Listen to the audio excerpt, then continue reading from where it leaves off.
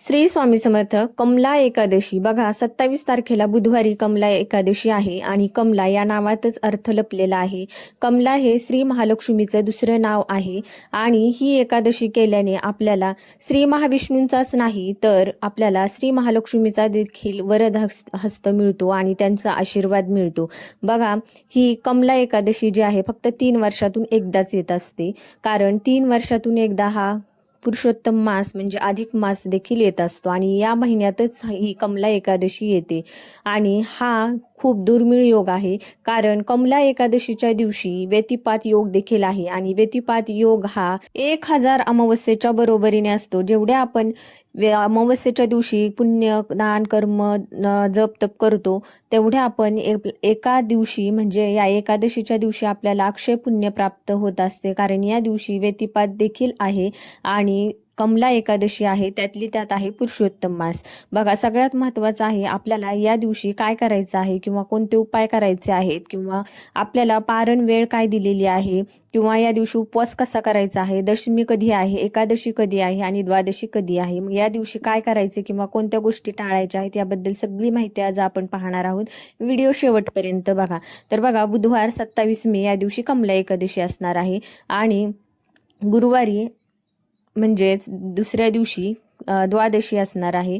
तर या दिवशी पारण वेळ आहे म्हणजे उपवास सोडण्याची वेळ 5:25 म्हणजे सूर्योदय झाल्यापासून 8 वाजेपर्यंत तुम्ही कधीही उपवास सोडू शकता. बघा, उपवास सोडण्याची जी वेळ आहे का ही खूप महत्त्वाची आहे, कारण आपण कधीही एकादशी करायची, काहीही खायचं आणि त्यानंतर दुसऱ्या दिवशी कधीही उपवास सोडायचा असं चालणार नाही. कारण बघा, ज्या दिवशी हे आपल्या शास्त्रांमध्ये वर्णन करण्यात आलेले आहे, पारण वेळेतच आपला उपवास सोडणं झाला पाहिजे. कारण पारण वेळेत जर तुम्ही उपवास सोडू शकत नसाल तर तुमचा जो उपवास केला आहे तो व्यर्थ जात असतो, त्याचे पुण्यफळ तुम्हाला मिळत नाही. ही सोपी आणि सरळ गोष्ट आहे. बघा, आपण पारण वेळेत उपवास सोडणं शक्य नाही झालं आपल्याला, तरी काय करायचं आपण, कारण आपण कसं करतो, भोग लावल्याशिवाय जेवण करत नाही किंवा उपवास सोडत नाही. मग आपल्याला इतक्या लवकर जर जेवण तयार करणं झालं नाही किंवा भोग लावणं झालं नाही देवाला, तर काय करायचं, हातात पाणी घ्यायचं आणि संकल्प करायचा, हे परमेश्वर, हे भगवंत, मी हे हातात पाणी घेऊन आणि हे पाणी पिऊन एकादशीचा उपवास सोडत आहे, तरी तुमची एकादशी घडते. बघा, या दिवशी वृद्धी तिथी आहे, व्यतिपात योग आहे आणि कमला एकादशी त्यातली त्यात अधिक मास आणि ही पहिली एकादशी आहे अधिक मासातली आणि ही फक्त पहिल्या 3 वर्षातून एकदाच येणारी एकादशी आहे. बघा, आता पापरूपी पुंज जे असते हे विनाश करणारी ही एकादशी आहे आणि दशमीपासून एकादशीचा उपवास करावा लागतो, हे लक्षात ठेवा. बघा, दशमी, एकादशी आणि द्वादशी. दशमीच्या दिवशी सगळ्यात महत्त्वाचं, आपल्याला कोणत्याही प्रकारे तांदूळ खायचा नाही, भात खायचा नाही किंवा तांदूळापासून बनवलेले जे पदार्थ आहेत ते अजिबात आपल्याला खायचे नाहीत, ते पूर्णपणे आहारातून वर्ज्य करायचे आहेत. तर बघा, त्या दिवशी सांगितल्याप्रमाणे दशमीचा उपवास असतो. त्या दिवशी ब्रह्मचर्याचं पालन करायचं. दशमीला कोणत्याही प्रकारचा व्यभिचार करायचा नाहीये, मद मत्सर या काम क्रोध कुणाची निंदा करायची नाहीये किंवा कोणाला वाईट बोलायचं नाही, आपल्या तोंडातून शब्द वाईट गेले नाही पाहिजे कोणालाच, असा उपवास आहे आणि असा उपवासच घडतो. किंवा कोणाला त्रास देऊन किंवा कोणाचं वाईट करून आपल्याला उपवास घडत नाही. फक्त उपाशी राहून किंवा अन्न त्याग करून उपवास घडत नसतो, तर तो मानसिक आणि शारीरिक दोन्ही रूपाने आपल्याला उपवास करावा लागतो. किंवा आपण मद मत्सर करत असो किंवा आपण ड्रिंक वगैरे करत असो किंवा दुसरे काही व्यभिचार करत असू, ते सगळे सोडून द्यायचे आहेत त्या दिवशी.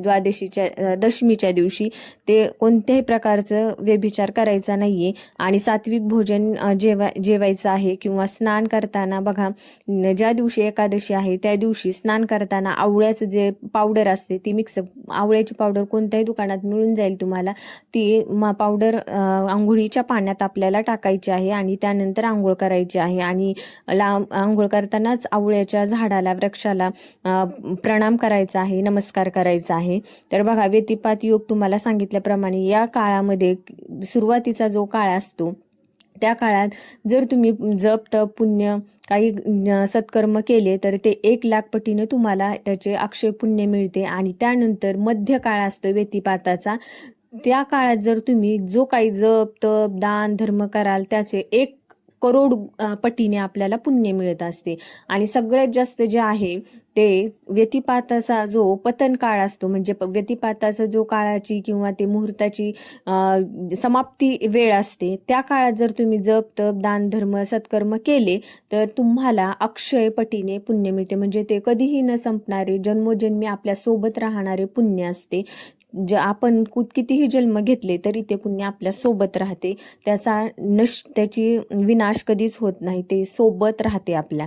तर बघा, तर तुम्हाला सांगितल्याप्रमाणे पारण वेळेचं महत्त्व आहे. आणि बघा, कमला एकादशीला पद्मिनी एकादशी सुद्धा म्हटलं जातं. आणि तुम्हाला सांगितल्याप्रमाणे जवळजवळ 3 वर्षातून एकदाच ही पद्मिनी किंवा कमला एकादशी येत असते. आणि माता लक्ष्मीचा वरद हस्त पण आपल्यावर खूप महत्त्वाचा आहे, त्यांचा आशीर्वाद खूप महत्त्वाचा आहे. बघा, कमला एकादशी केल्यानंतर माता लक्ष्मी आपलं घर धनधान्याने पूर्ण समृद्धीने सगळ्या गोष्टींनी घर भरून जाते. लक्ष्मीचा वावर आपल्या घरात होतो. आणि सगळ्यात महत्त्वाचं, या दिवशी दीपदान करायला विसरू नका. बघा, पुरुषोत्तम मासामध्ये दीपदानाला अतिशय अतिशय अतिशय अद्भुत महत्त्व आहे. त्यामुळे दीपदान करायला विसरू नका. दीपदान करताना 33 वाती घ्यायच्या आहेत, नाही जमल्या तर एक तरी वात घ्या आणि तुपाचा किंवा तिळाच्या तेलाचा किंवा मोहरीच्या तेलाचा दिवा तुम्ही लावायचा आहे. जशी तुमची यथाशक्ती असेल तुम्ही करू शकता. तर बघा, तुमच्या मंदिरात, घरातील मंदिरात किंवा देवघरात जो कोणता विग्रह असेल, बाळकृष्ण असो, पांडुरंग असेल किंवा विष्णूचा विग्रह असेल, फोटो असला तरी चालेल, फोटोला सुद्धा तुम्ही दीपदान करू शकता. आणि हे झालं घरात. घरातील दारात उंबऱ्यात सुद्धा तुम्हाला दीपदान करायचे आहे. कसे करायचे आहे? ज्याप्रमाणे आपण देवाला दीपदान करतो तसंच तुम्हाला करायचं आहे. तुपाचा दिवा रोज लावायचा आहे. आणि 33 दिवसांचा मलमास असतो किंवा पुरुषोत्तम मास असतो. या 33 दिवस रोज संध्याकाळी तुम्हाला तुपाचा दिवा उंबऱ्यावर लावायचा आहे. आणि त्यानंतर तुळशीला एक तुपाचा दिवा, म्हणजे तुळशीला सुद्धा दीपदान करायचं आहे. बघा, याचा खूप फरक पडतो. घरातील सगळी निगेटिव्हिटी निघून जाते. केल्याने होते, आधी केलेची पाहिजे, हा खूप महत्त्वाचा संदेश आहे. आणि केलं तर होतं. बघा, हे 33 दिवस खूप अद्भुत आहेत, खूप महत्त्वाचे आहेत. आपण आयुष्य आपलं वेचत असतो फक्त संसारात, लेकरं बाळ आणि हे सगळ्या गोष्टी तर असतातच. आणि या महिन्यात कोणतेही शुभ कार्य करत नाही. त्यामुळेच बघा, या महिन्यात आपला कोणत्याही दुसऱ्या सांसारिक गोष्टींमध्ये आपण आकर्षिले जाऊ नये आणि फक्त देवाचं करावं किंवा देवाचे दान धर्म जप तप पुण्य करावे, म्हणून हा कदाचित मास असेल असे मला वाटते. आणि स्वतः श्री भगवंताचा वरद हस्त आहे या अधिक महिन्याला. त्यामुळे खूप खूप सेवा करा, खूप भक्ती करा आणि खूप स्वतःला समर्पित करून देवावर विश्वास ठेवून श्रद्धेने करा. व्हिडिओ कसा वाटला नक्की सांगा. चॅनलला सबस्क्राईब करा आणि कॉमेंटमध्ये ओम नमो भगवते वासुदेवाय लिहायला विसरू नका. धन्यवाद. श्री स्वामी समर्थ. रामकृष्ण हरी.